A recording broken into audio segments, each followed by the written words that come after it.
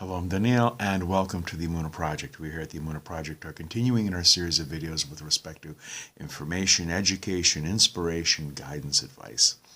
And I was approached by a very perceptive young lady with respect to a verse in the book of Numbers, chapter 6, verse 13, where it says that this is the law of the Nazir on the day his abstinence is completed. A Nazir, usually translated in English Bibles as a Nazirite, as opposed to a Nazarene. A Nazirite, this is someone who takes upon himself certain vows to abstain from certain things. He doesn't cut his hair, he doesn't engage in sexual relation, he doesn't drink wine, anything made from grapes, any raisins, intoxicants, and it's for a limited period.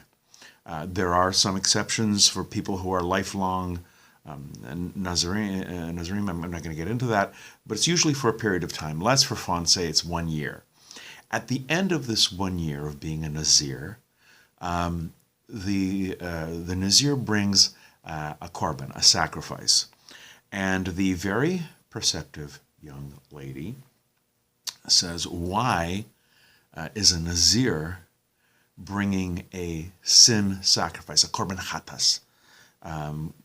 He's done nothing but observe the laws of the Nazir, and it should be something that he should be honored for, not bring a Korban chatas like he's done something wrong. What's the deal here? Well,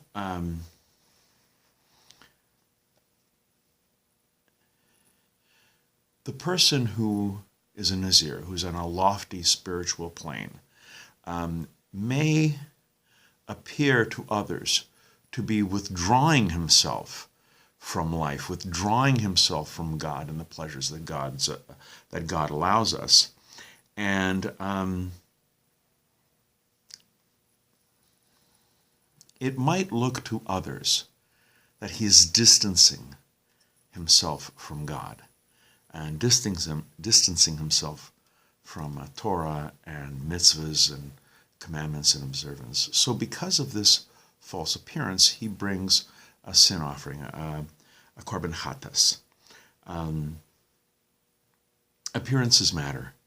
And it was Rabbeinu Bachiya who explains that since it appears that the Nazir is distancing himself from God, he must bring a Korban chatas. Not because he actually did anything, but because it may look to someone else as if he did something wrong. In actual fact, the Nazir is merely returning to his original state.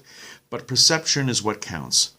If a person is perceived as faltering in his spiritual progression, he offers this Korban. Appearances are significant in regards to spiritual matters. I think I'm going to be doing a video on the halakhic concept of maras Ayin, something which appears to the eye. In other words, you're doing something completely kosher, but it doesn't look good.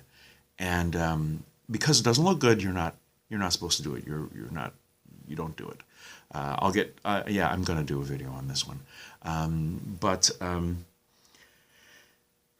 with respect to the Nazir and to the very perceptive young lady's question, very good question, I think I'm going to go with Rabbeinu Bachiya, and it says, regardless of the fact that this person has led an exemplary period of time as a Nazir and has done everything perfectly correctly, because it doesn't look good, he brings a Korban chatas. We're going to be doing more videos along these lines. Please come back. Please watch, please learn. I hope you're enjoying them. I hope they're of benefit to you. And until next time, on behalf of the Emunah Project, I'm Daniel, and thank you so much.